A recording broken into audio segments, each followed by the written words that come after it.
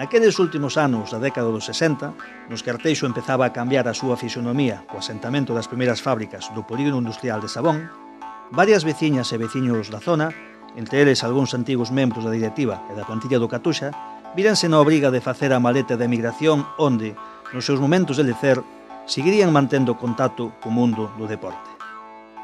Ainda xoguei en Inglaterra con 40 anos, nunha peña italiana. Ainda non era dos máis malos. Metíamos de cada pasado aos ingleses, un pueblo aficionado, E xoguei ainda, tuve 10 anos, e xoguei ainda 3 anos ali, hasta os 42 anos, que me viñan de volta para aquí. Marchei para a Holanda, non conocía a nadie, mas nadie comigo. Xoguei, tiñei feixe de fotos aí arriba. Tiñei feixe de fotos de Holanda, Bélgica e todo. En Holanda, en Bélgica, en Francia, agora non vou a ningún lado, pero daquela... E agora, gracias á paja que estou colando de Holanda, senón cada aquí estaba jodido. Xogaba o Atlético de Madrid en Bruselas, co Bayern de Múnich, no 74. Alquilamos un monobús deses pequenos, porque a Holanda máis Bélgica como aquí España e Portugal. E fomos ver o partido. Empataron a unos. E chamamos á fábrica e dixemos, tedes que darnos 2 días máis que hasta viernes non volven a xogar. E déronnos. Pasámoslo. Fomos moito non vimos, pero pasámoslo.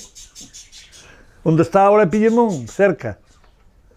En Inglaterra, onde eu estuve emigrada, pois sí, as mulleres eran moi deportistas. E bueno, traballadoras non eran moito, pero quen iba a traballar éramos os emigrantes. Pero despois sí, deportistas eran, E chegamos á tempada 1969-70, a última que o Catuxa xogou como equipo federado. Por mor das novas exixencias que a Federación Galega impuxera por aqueles días en todas as categorías do fútbol aficionado, esta sería, por non ser quen de poder afrontalas, o fin da viaxe, o fin da aventura na competición oficial para varios equipos de Arteixo e da Laracha. O Catuxa, naquela despedida como equipo federado, ocuparía o 10º posto da clasificación, deixando para o recordo a vitoria ante o Penouqueira por 2-1, conseguida na primeira xornada da competición, e a derrota por 3-4 ante o Seiro, que foi o derradeiro partido que a Sociedade Deportiva Catuxa xogou como equipo federado. E pouco máis, despois acabouse aquela temporada e foi cando fixeron as revisións esas, xa non houve máis. O campo seguiu toda a vida hasta que deixamos nós de a peña. O Catuxa desapareceu porque non daban terreno para baixo. Non lle deixaban o terreno de baixo. E por iso o campo non daba os metros.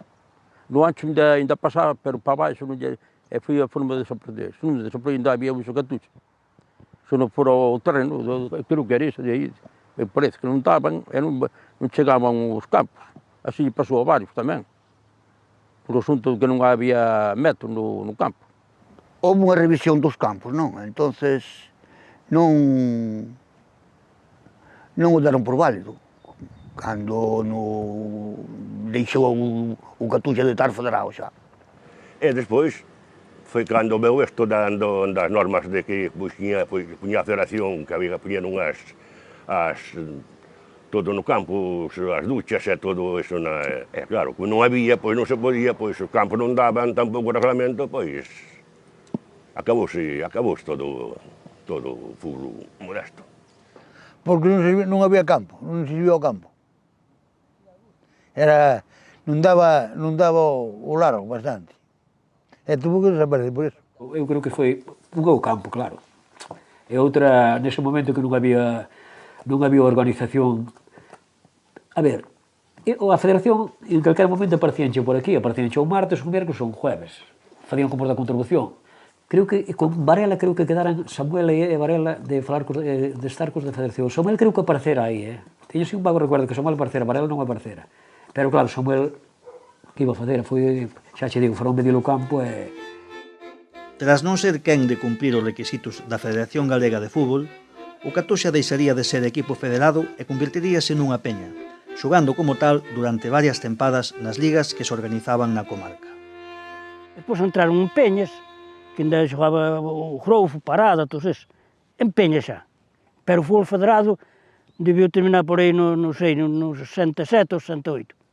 O cargo sí que non lembro o cargo que tiña, pero sei que meu pai estaba metido na directiva, penso que algunha vez fixo de delegado, porque hai unha carta donde por un partido que o sancionaron, el escribiu á Federación, que está feita do seu puño e letra, dicindo que era injusta esa sanción.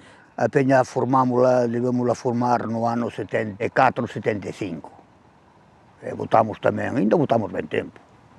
Cas peñas, votamos 8 ou 9 anos, pero despois, claro, a xente cansouse, porque, aparte deso, moita xente pensa que estás no evento ese, que estás por negocio, que a veces entendes.